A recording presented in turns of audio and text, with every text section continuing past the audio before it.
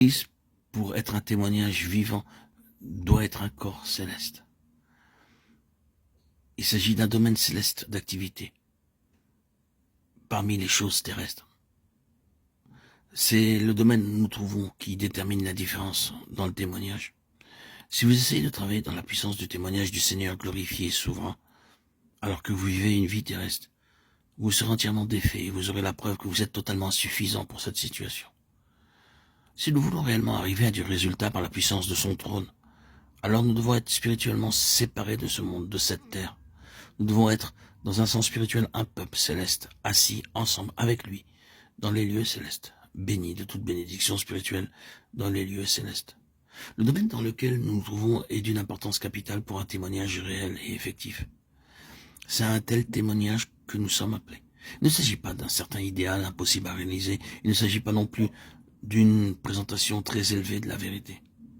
C'est précisément pour cela que l'Église est constituée. Je ne crois pas, comme certaines personnes semblent croire, que l'Église de Corinthe et l'Église d'Éphèse sont deux églises différentes. Il y a un enseignement qui dit que le corps à Corinthe n'est pas le même que celui d'Éphèse. Je ne crois pas cela un seul instant. Oui, je ne crois pas cela. Un seul instant. Et je ne crois pas que les Corinthiens furent appelés à quelque chose de moindre que les Éphésiens. Il s'agit du même appel. Les Corinthiens furent appelés à une vie et à un témoignage céleste aussi bien que le furent les Éphésiens ou qui que ce soit d'autre. Il s'agit plutôt de savoir si nous acceptons ce que signifie la croix pour qu'elle nous introduise dans la puissance de sa résurrection. Et cela déterminera la mesure de l'expression de cette puissance suprême du Seigneur intronisé.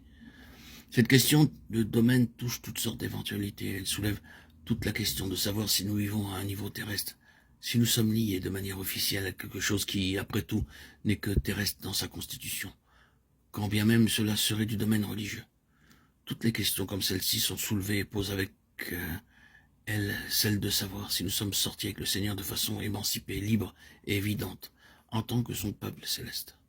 Nous sommes contents de laisser ce sujet pour un temps et vous pouvez demander au Seigneur de vous montrer quelle est sa plus pleine signification pour votre propre cœur.